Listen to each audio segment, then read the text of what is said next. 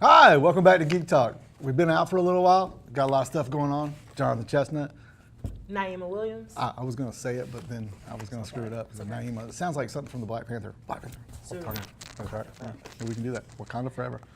All right, so my producer has given us a list of stuff. So we've been playing the whole I watch this, I don't watch that thing. I saw Venom. You haven't seen Venom yet? I have not seen Venom. Okay, so since it's Halloween, we'll talk about Venom first because, you know, Scary. one. It looks scary. Is it scary? It's not really scary. I was really concerned because, you know, I've got 3 kids, and well, you may not know that, but I got 3 kids, and they really wanted to see Venom. Oh God, they really want to see Venom, and I was like, oh, he's going to eat people, which he does, but it's not bloody. It's kind of like you don't even really see it happen. It kind of happens and it's over. And Venom is DC? Or DC is Marvel. See, Marvel? You might have to leave your card on the table. He's a Spider-Man villain. He's a Spider-Man villain. Yes. Yeah. Okay. I now remember. I was like, he looked familiar. I remember him. Yeah. Is it in relation to like the when Spider-Man went dark in the third one and he had all that black goo on? It's exactly that. Except it's actually good and not that horrible storyline. But it is the symbiote. The symbiote is basically a living entity, and it attaches itself. And in the Spider-Man universe, it attached itself to Spider-Man during what's called the Marvel Secret Wars. Really horrible story arcs, but it was a lot of fun. But it was this costume, and he thought it was a costume. It turned out it was a living thing, and it was slowly killing him. It was like pulling all the energy out of it. So the Fantastic Four helped him get rid of it. Okay. And then it got mad, got its feelings hurt, and it found Eddie Brock. Eddie Brock hated Peter Parker because Peter Parker had cost him his job. Right. Kind of like in that storyline, sort of similar. But in the movie, they didn't use Spider-Man, so Really? there was no It was just attack. a Venom movie. Just a Venom movie, so they had to write Spider-Man as a whole thing, which was kind of hard to do. They're doing a lot with Spider-Man these days. Well, now that he's with the Avengers, so yeah.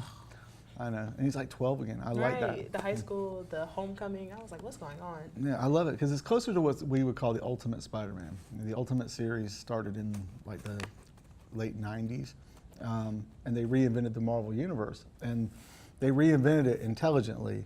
Multiculturally, Spider-Man was back to being a high school student. He wasn't this college student anymore, because you know how college students can be. Right. Soft, little touchy people. But no, he was back to being high school, and he had girlfriend problems and those kinds of things. So that's what we're seeing now in the movies, which is great because I mean, I didn't know who Mary Jane was until the very end. I was like, ooh, Mary Jane.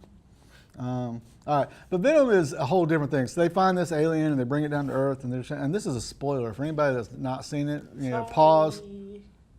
Psych, it wasn't really pause.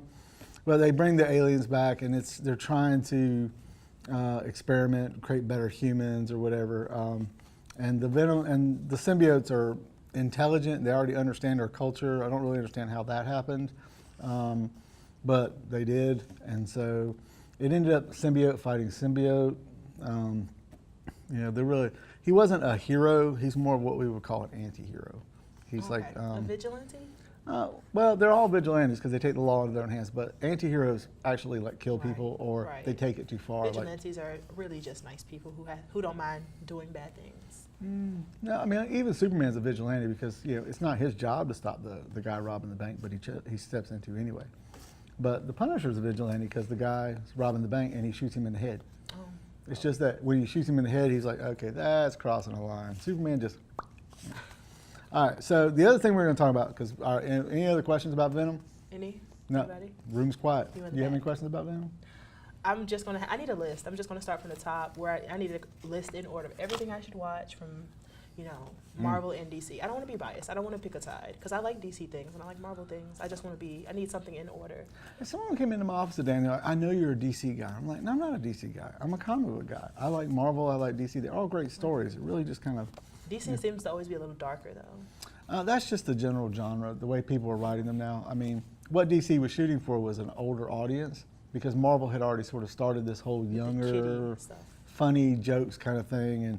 And so DC was like, well, we don't want to copy them, so we did this darker thing to try to get more adult involvement. Because Batman is just really unhappy with his job. You know? Batman is supposed to be unhappy. I mean, his parents died, and you know, if I lost both my parents in a alley mugging, I'd be upset too.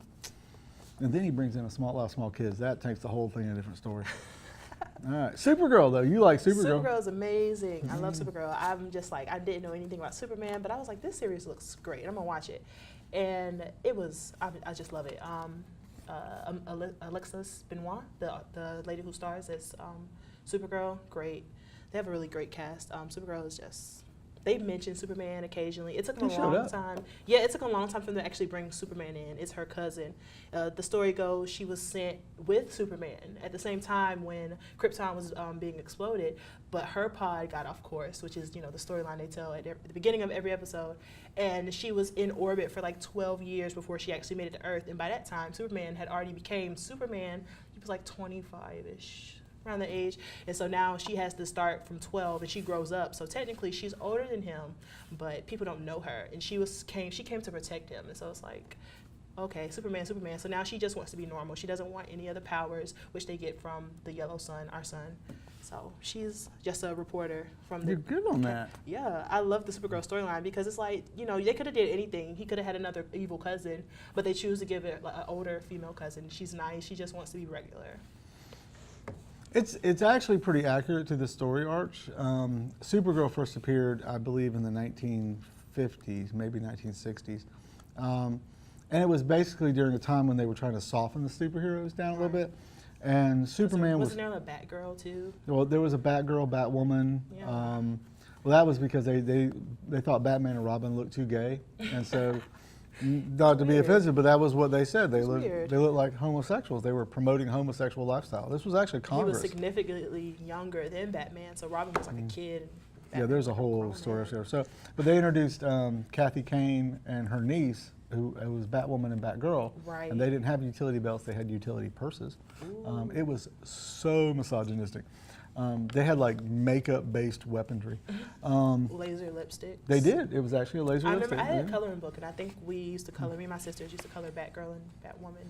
Yeah, they were really bad. But the idea was for them to be Batman and Robin's girlfriends, and it was kind of like they never really became their girlfriends. They just reintroduced Batwoman a few years ago as the first openly lesbian superhero, which is kind of a slap in the face to all those congressmen. Ah! She wasn't going to be Batman's girlfriend. Right. So what did they? Okay. Oh, the new Batgirl though, she came back in the '70s, and it wasn't the same Batgirl. It was a different Batgirl. Okay. And that's Commissioner Gordon's daughter. Okay. Yeah. So, but with Supergirl, Supergirl, they brought her in to kind of give Superman someone to play off of and give sort of a, because comic books have always been such a boy-driven industry, and it was really because they felt like they couldn't sell the concept to girls, the idea of her heroes. This is selling. I love Supergirl. It's very female. It's very feminist. Like she was Supergirl with all these powers. She worked for Cat Grant, who had Catco Industries, and then her sister was like top DEO fighter by who was also Lexi from Grey's Anatomy. If you watch Grey's, she left Grey's and ended up no, not a Grey's Anatomy. We won't say that for another episode. Well, the Superman was from Teen Wolf, which was he was the Superman they casted for Supergirl. Teen Wolf was a they great have a really series. A-star cast. Like you'll see people you've seen in other series, other movies on Supergirl. Like they have a really good budget, I guess. Well, they're CW, so yeah. CW. Which I'm glad now. CW's doing great. They're doing great things. Yeah, the Arrow's going a little long, but but Supergirl's really cool, and I like the fact because like when Supergirl first shows up, she does have to deal with the whole why my cousin's grown up and I don't know what my responsibilities are. But it was very much like a very Archie kind of situation. So she was always pining about boys and things like that. And they've moved away from that, and they really look at Supergirl, because my favorite episode, or favorite comment was in the very beginning, was when Cat Grant named her Supergirl. Yeah, she was upset. And they were like, why didn't you name her Superwoman? Why Supergirl is diminutive, it diminishes her. And she's like, what's wrong with the word girl? And the room gets real quiet. She says, we need to take that word back, Supergirl. And it's like, okay, I can see that. Yeah. I was like, well, Superwoman doesn't have the ring either, so Supergirl was a really good choice. And when she showed up, see, in the comic books, when she showed up, she was really only like 12 or 13. Right, and so when she was Supergirl. She was Supergirl. And Superman had been Superboy before that, so it wasn't, there was a precedent kind of thing. That's cool. And we talked about some of the new villains they're introducing, some of the concepts. You talked about Brainiac, that you really weren't sure. He's okay. I guess the character playing him, I don't like the character that plays him. I don't really like the guy. I think that he's plays him. annoying. That's what I don't like. Because I think that concept of Brainiac is great. Like, he knows everything. Brainiac 5, to be exact. Yeah, he's Brainiac 5. He's the 5th rendition of the Brainiac series. He's actually organic. The first Brainiac's a robot, and he fought Superman. Right. They left him in the Supergirl series when they got rid of Wynn, who was their brainy guy. But he went to... He took Brainiac's place in the future. Yeah, but and there's an episode, he's in a Flash in the future. There's a crossover episode of The Flash that he's in, but it takes place in the future, and he's been there for a long time. But yeah, I got to play some catch up on that one because I didn't see all that. But no, the thing is with like Brainiac, what's interesting is back in the 1970s when the Legion of Superheroes were really popular, they were being drawn. I can't remember the artist's name. I think it was Adams. But it was a real popular series, and it was a very large group of superheroes. Supergirl would fly super fast through time to be in the Legion of Superheroes, and she was the girlfriend of Brainiac 5.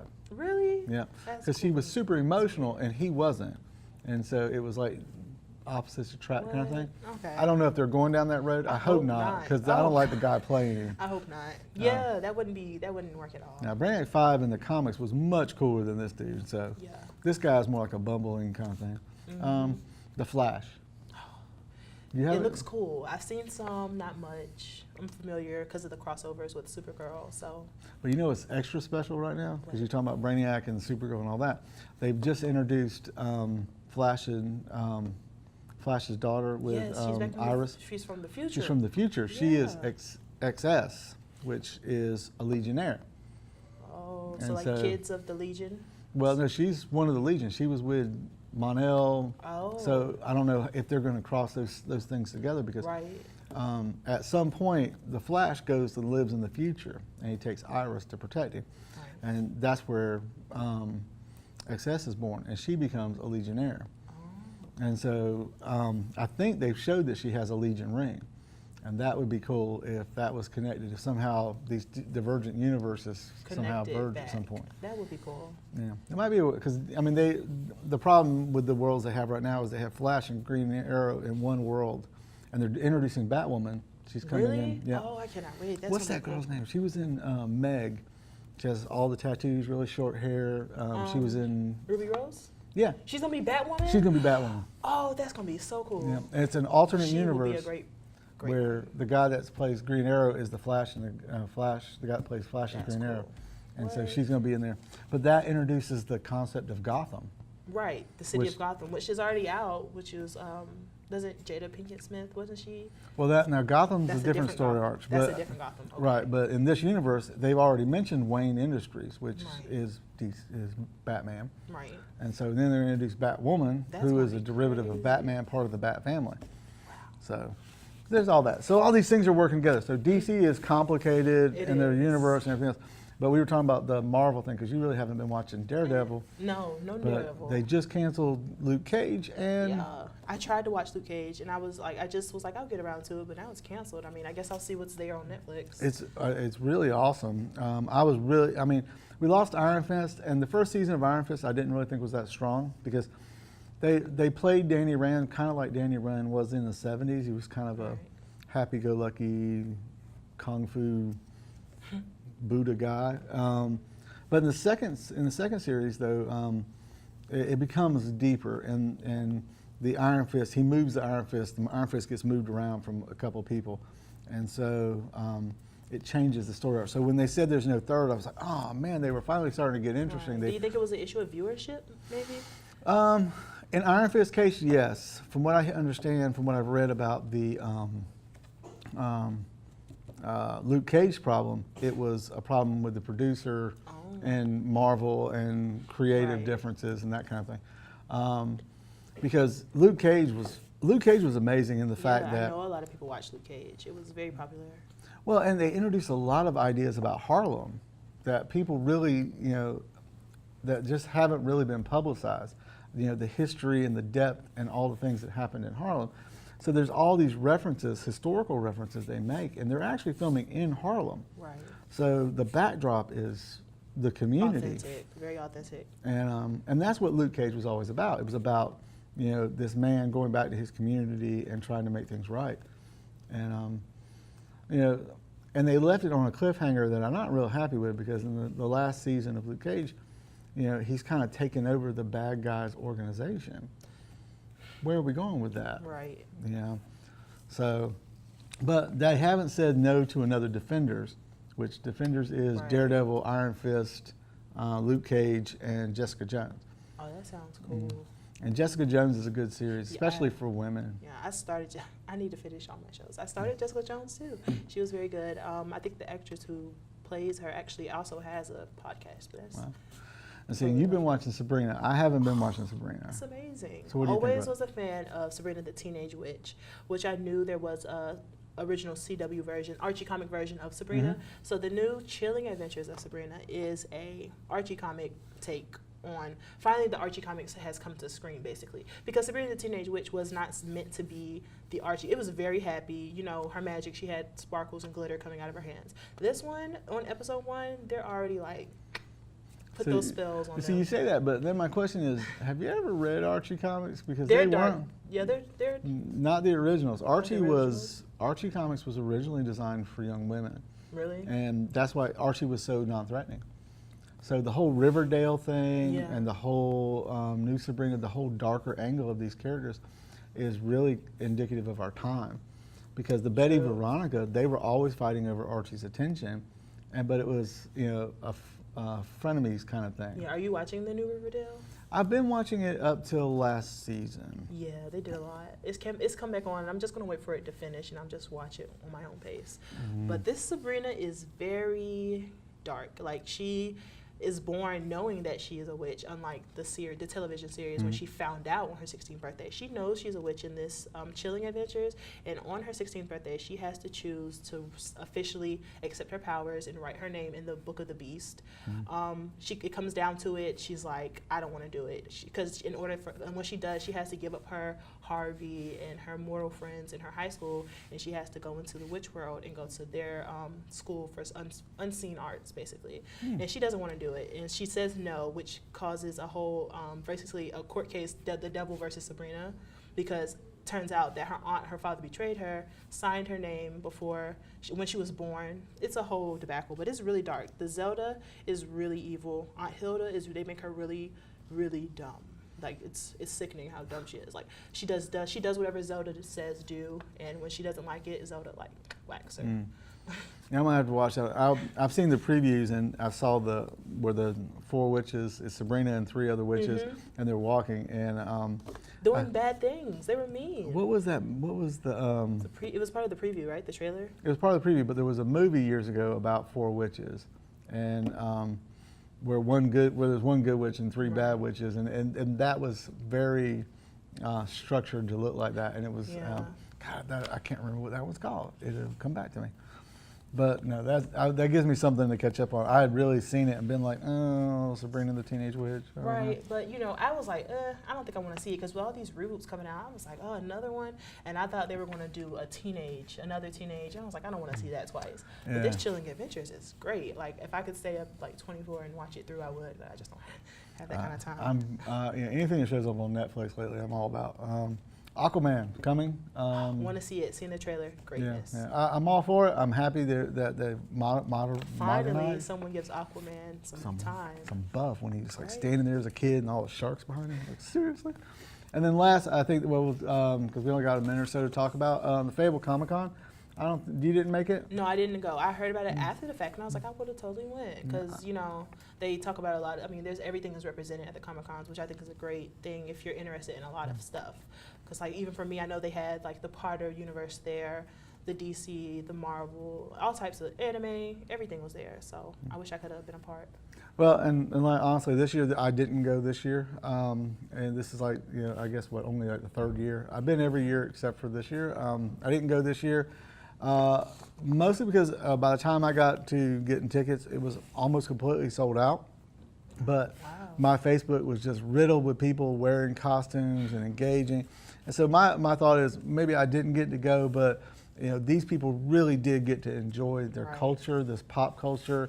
And I love the fact that, in all of these genres and everything else, you don't see the same set of people. You see all types of people, big, little, small, different colors, heights, everything, and it's all very inclusive. So while I didn't get to go, my thing is I greatly support it, and several of the businesses in town went.